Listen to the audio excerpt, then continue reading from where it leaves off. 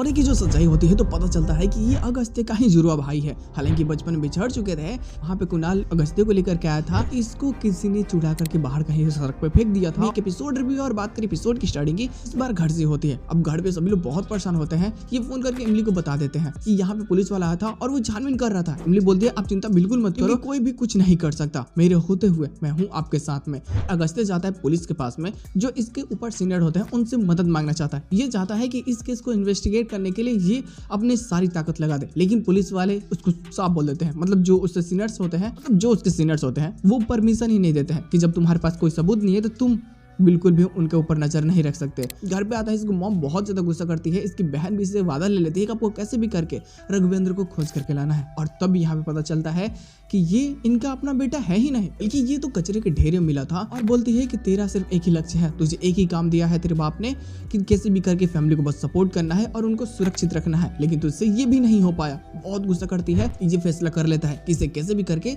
सारी सच्चाई जाननी है और अपनी बहन को इंसाफ दिलवाना है। तो ये वो ऑडियो फाइल निकलवा लेता है पुलिस वाले से बोल करके, मेरे और रघुवेंद्र के बीच में वो ऑडियो फाइल लेकर के आओ। तो मिल जाता है। जब इसे ईमेल करता है वो सिपाही, तो अब जैसे सुनता है तो उसमें देखता है कि अरे इसमें तो उसमें इमली की हे राधा रानी वाली बात होती है। अब जैसे ये सुनता है ना तो अब इसे बहुत अजीब लगता है कि अरे ये तो वही लड़की है जो बार बार बोलती है। तो ये इसका पीछा करते करते कॉलेज पहुंच जाता है। फिर ये रास्ते में पीछा कर रहा होता है, लेकिन जब इमली वहां से एक वॉइस नोट भेजती है सोनाली को, तो वो वॉइस नोट बिन्नी सुन लेती है और फिर ये उससे मिलने के लिए पहुंच जाती है और अपनी गाड़ी से इसको धक्का मार देती है।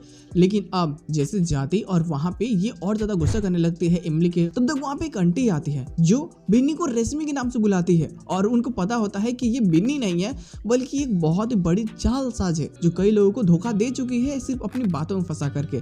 और ये बातें उस औरत को पता होती है और इमली जब ये जानती है कि अरे ये इसका नाम बिन्नी नहीं है और ये कुछ बहुत बड़ी चीज छिपा रही है, तो फैसला कर लेते हैं उस औरत से फिर से बात करने के। लेकिन जैसे ही नोटिस करती है कि सौर्य इसका पीछा कर रहा है, तो ये जाकर उससे मिलती है और बोलती है कि तुम मेरा पीछा करो। तो बोलता है कि नहीं मैं तुम्हारा पीछा क्यों करूंगा। हालांकि इसके साथ एपिसोड की एंडिंग कर दी जाती है। पोस्ट स्टेशन यहाँ पे जस्टिफाई हो जाता है कि बस यही कारण होता है कि ये अगस्त्य के घर को खरीद लेता है और जानबूझ करके, ताकि पुलिस वालों को पता भी न चले और ये अपने केस को इन्वेस्टिगेट भी कर सके। क्योंकि जो सभी लोग की एक आशा होती है उसको कुछ समझ नहीं आ रहा होता और कंपनी में बहुत ज्यादा कर्ज हो चुका होता है और कंपनी को चला पाना लगभग अगस्त्य के चाचा और उसके भाई के लिए नामुमकिन हो जाती है। तो ये सभी तो लगभग हार ही जाते हैं। देखना मजेदार होगा कि यहाँ पे आने के बाद में क्या इनकी कंपनी को भी ये रन करता है या नहीं। जो चीजें होंगी बेहतरीन होगी, लेकिन इमली से इसकी नोकझोंक जो होगी वो और ज्यादा मजेदार होगी। तो मजा तो आएगा यार।